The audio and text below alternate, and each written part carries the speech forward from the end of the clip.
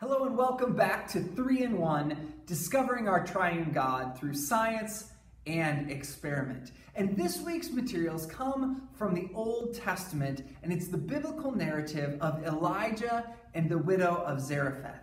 And in the midst of a famine and a drought, God sends Elijah to this small town to care for this widow and her son. And while he's there, Elijah meets this woman who's gathering sticks to prepare the last of her oil and the last of her grain into a meal for her family and die. And now God performs a miracle in this text and allows that oil and that grain never to run out so she can continue to make food for her and her son through the famine and drought. However, tragedy strikes and the boy becomes ill and he dies not of starvation but from another illness. And God works another miracle through Elijah, bringing her son back from the dead. And to help us remember the truth of how God cares for us and the miracles that God performed for the widow and her family, we're going to take some regular kitchen ingredients and we're going to use a little science to turn them into a tasty treat so we can remember how good it is when God cares for us as his people. Now, I hope that you either have these things at your house or are able to get them from the local grocery store so that you can replicate this and do this with your families, and you too can share in a tasty treat. And I'm going to say a little prayer right now too, that my effort at making this treat ends up in a tasty surprise too, and not something that I don't want to eat. But let's not waste any more time.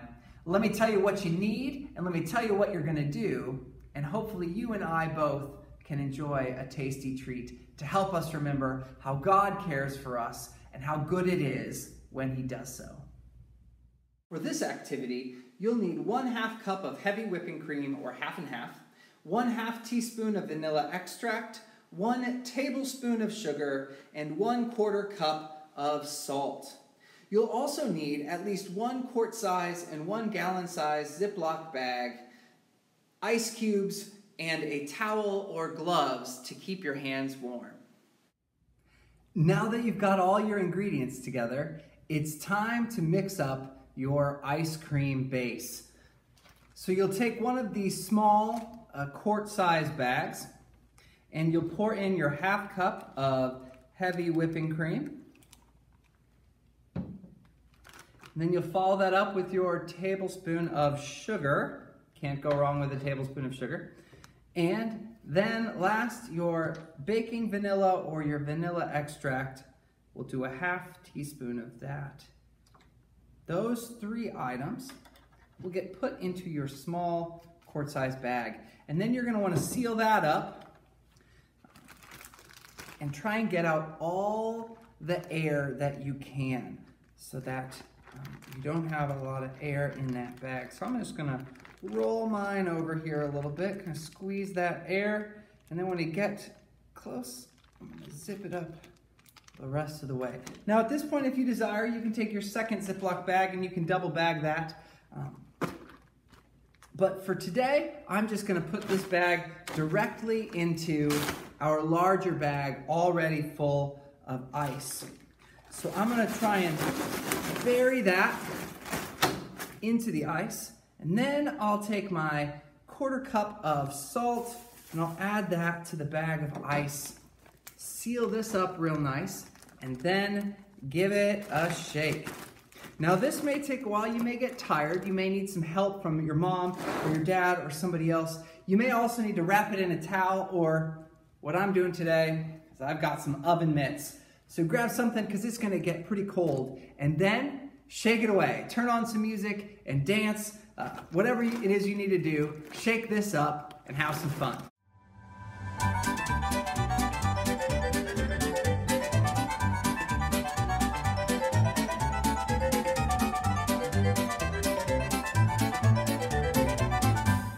I don't know about you, but I sure am tired from shaking this bag all over the place.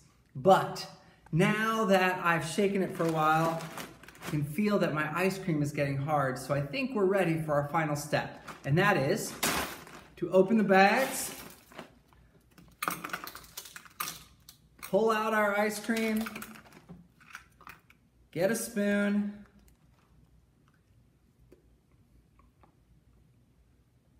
and enjoy. So what is it that turns these ingredients into such a tasty frozen treat? Well, it has to do with the ice in the bag. See, in order for ice to melt, it must absorb energy. And when we use the ice to cool down the ingredients that we put in, it pulls that energy from the ingredients that we put in our bag. And when you add salt, it allows the ice to get even colder, cold enough that it freezes the mixture inside it, but without melting the ice cubes. I sure hope you and your family have had some fun making your own ice cream in a Ziploc bag, and I hope that yours is as tasty as mine was today. And while you enjoy this sweet treat, may you remember how good God is for you and how much God cares. Not just that He gives us good gifts like ice cream, but that He cares for us so much that He provides for our needs and has provided for our eternal life by sending Jesus to live the perfect life we couldn't, die the death that we deserve, and rise again to give us eternal life. Have a blessed week with your families, and I look forward to seeing you next time at 3-in-1, Discovering Our Triune God. See you later.